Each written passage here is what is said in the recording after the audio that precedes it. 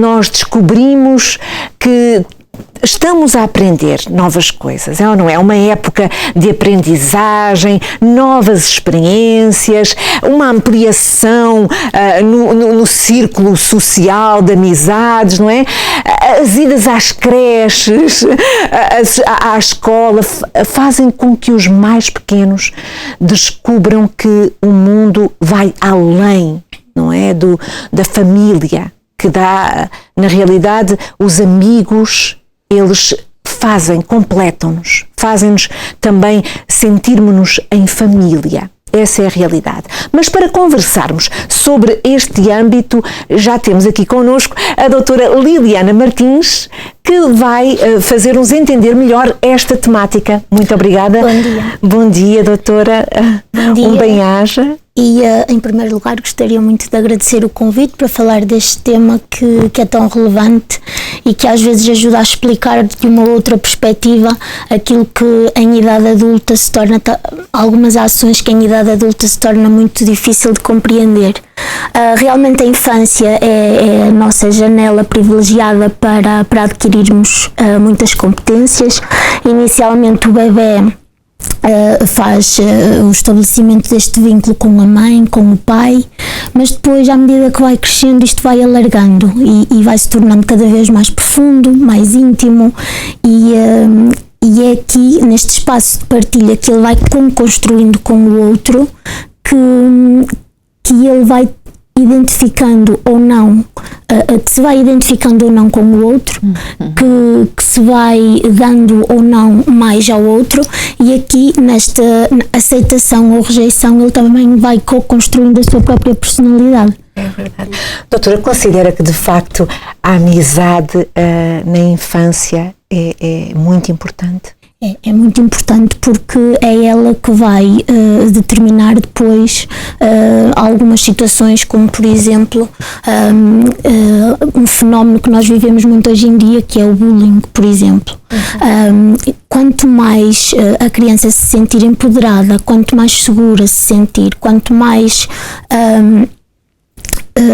autoestima tiver, mais ela ficará fortalecida e resiliente para sobreviver a este tipo de episódios. Portanto, ela ficará mais forte e será muito menos provável que lhe aconteça este tipo de situação. Por isso ela fica revestida ou fica munida, protegida com estas amizades, não é? Que depois vão perdurando. Enquanto que se porventura sofrer de um acontecimento traumático, que seja mais traumático na infância, como um episódio de bullying, que maioritariamente acontece nas escolas, mas não só, depois a sua autoestima será diferente. No futuro será um adulto muito mais capaz de tomar decisões, é mais assertivo, é capaz de impor de alguma forma, de uma forma saudável a sua opinião perante o outro, e tudo isto fará com que tenha um desenvolvimento muito mais saudável. E qual a importância, doutora, dos pais nesse processo da seleção dessas amizades? Porque às vezes o pai quer muito, os pais querem muito que essa criança faça amiguinhos e não tem aquela precaução de que tipo de amiguinhos o seu filho está a se aproximar. Como que os pais podem agir de maneira eficaz, resguardando essa criança de outras crianças que também, por exemplo, já foram vítimas de violência, de bullying, e reproduzem isso nos outros, não é? Porque a criança acaba por reproduzir aquilo que ela vive. Sim, a minha opinião é que a amizade nunca pode ser imposta. A amizade tem que ser um ato espontâneo, de lado a lado. Portanto, tem que ser eu a querer ser amiga daquela pessoa e aquela pessoa identificar-se de alguma forma comigo para tentarmos ali construir o tal espaço de partilha. Portanto, não será muito indicado que os pais tentem escolher, mesmo que com toda a boa intenção do mundo, tentem escolher as amizades dos seus filhos. Quando tudo isso acontece, nós sabemos, até como forma de os tentar proteger de alguma forma, e acontece e não deveria acontecer, mas pronto, acontece. Mas uma amizade nunca pode ser imposta, até porque, sendo imposta, tem muito mais probabilidade de não vingar. de não se fortalecer e de não progredir muito no tempo. Então considera que, de facto, uma boa amizade pode influenciar no futuro, uma boa ou uma má, pode influenciar no futuro da criança? Sim, pode torná-lo um adulto muito mais resiliente, muito mais seguro, assertivo, capaz de tomar decisões, com muito menos probabilidade de desenvolver quadros depressivos ou ansiosos, e esse tipo de quadros hoje em dia está muito, muito acima daquilo que seria esperado. Começa já na infância por estas situações de bullying. Só para introduzir aqui um bocadinho de números para ser mais específica, a Organização Mundial de Saúde estima que 1 em cada 4 portugueses, jovens e crianças, já se tentou autolesionar de alguma forma, já praticou um comportamento autolesivo, na sequência exatamente destes quadros ansiosos ou depressivos. E isto é um dado muito preocupante e que deve pôr-nos a todos alerta, e a melhor solução para nós também termos adultos mais resilientes será então uma prevenção e não uma atuação sobre a situação, mas prevenir, já começando nos mais pequeninos, a explicar este tipo de... Doutora, para fechar aqui essas informações preciosas que está a deixar no nosso programa, o que a doutora deixa de alerta? Quais são os sinais que essa criança apresenta, que ela está a passar por bullying, por violência? Como que esses pais podem identificar isso nos seus filhos? O papel dos pais é fundamental. Esta atenção e proximidade que os pais devem ter com os filhos é essencial.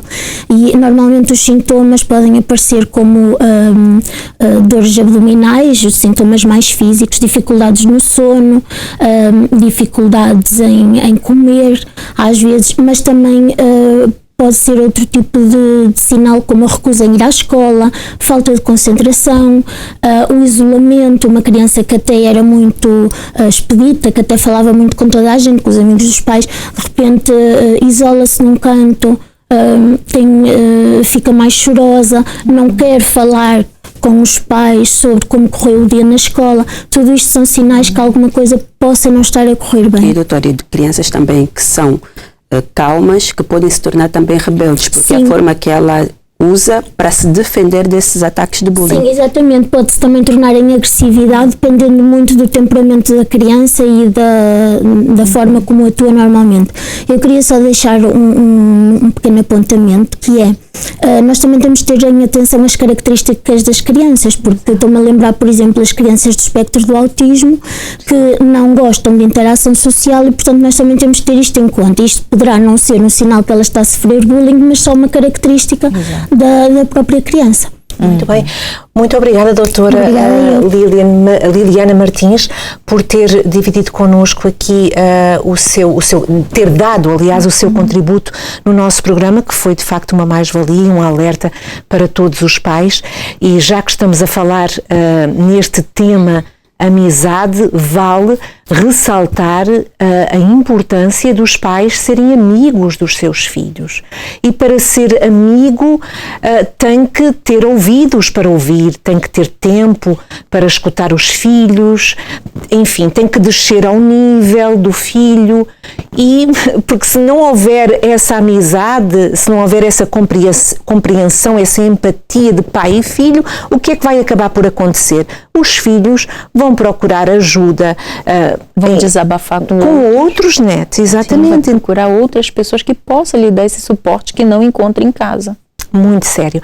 Agora sim, nós vamos já com a Patrícia, porque ela traz-nos aqui os inquéritos que nós já queremos saber, porque vocês que estão aí do outro